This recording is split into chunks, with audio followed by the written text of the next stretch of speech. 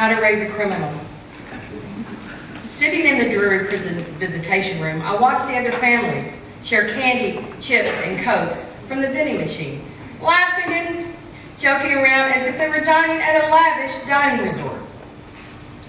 Visitors holding in their hands, the same as me, the driver's license, a set of keys, and a plastic baggie of quarters.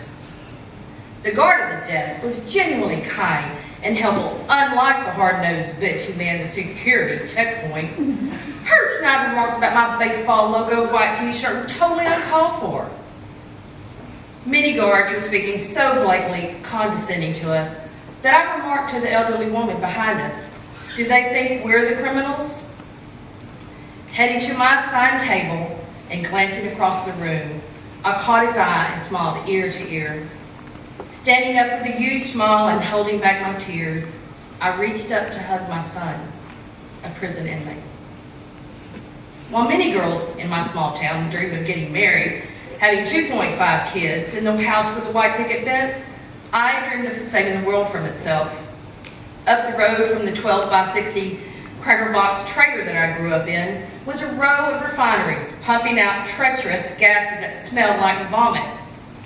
If the smells weren't enough, the emissions of smoke they produced were large enough to be considered clouds. But sometimes life gets in the way of dreams. My short-lived shotgun marriage gave me a son whom I cherish, despite me never dreaming of being a mother at such a young age. Realizing early on I needed to forgo my goal of studying environmental biology as my priorities had changed due to motherhood. After working full-time and attending college part-time, I moved my son and I in with my parents. I returned to college full-time, obtained my bachelor's degree in criminal justice, and set out to clean up the world, only this time it was going to be juvenile justice. Identified as having a learning disability at a young age, I knew that my son would need extra help, so I was there to fight the school, addressing them every step of the way. I enrolled him into every activity I could find. Early on, it was clear that Josh's artistic talents would win out over sports. I bought art materials. I sought art classes in school and art museum programs just to encourage his God-given talent.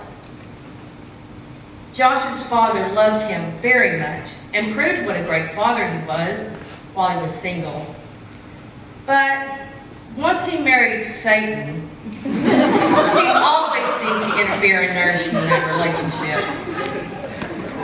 Being a single parent, I tried to do my best. I forbid alcohol in the house when Josh was home. I brought him to church.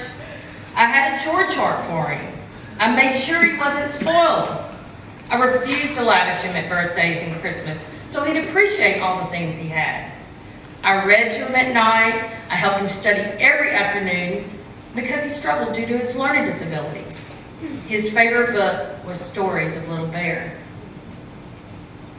Being a single parent for so long, I was ready to marry again. I returned to my church, focused on getting my life back on the right path, and hoped I'd meet a nice man. But once again, my picker was off. Once he came into our lives, Josh's world turned upside down. Josh saw it right away as only a 12-year-old boy who had been the center of his loving mother's world could. Josh saw the twisted, hypocritical life that he was portraying, but didn't know how to get me to listen because I was so enamored with a new relationship. Perhaps if I had, our lives would be different today.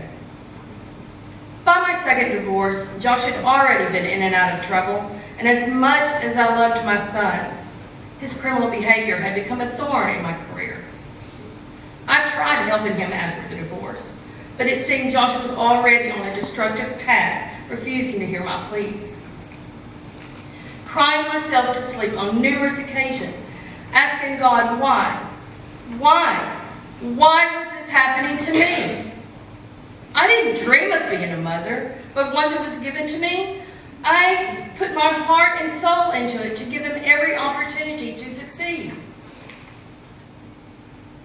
My son released me from a well-deserved and needed bear hug. As we sat down at the table, I began apologizing to him for all the mistakes I had made and how I wish I'd never married him. Josh grabbed my hands and whispered loudly, "Stop it, Mom!" His face softened as he continued. "Mom, please don't ever blame yourself for my mistakes and the choices I've made.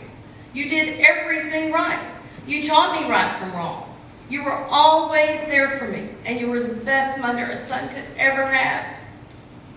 I made my own choices, and it's not your fault." The rest of the 2-hour visit, we caught up on family, baseball, and the art he was working on. The desk sergeant gave us the 10-minute warning and walked away. Josh tried hiding his tears from me. I promised I would come visit every month. We both struggled for words to say at this point and resorted to just holding each other's hands and making small talk. As we both stood to end the visit, it was then that I looked into my son's eyes and I realized that my baby had become a man behind bars. Thank you.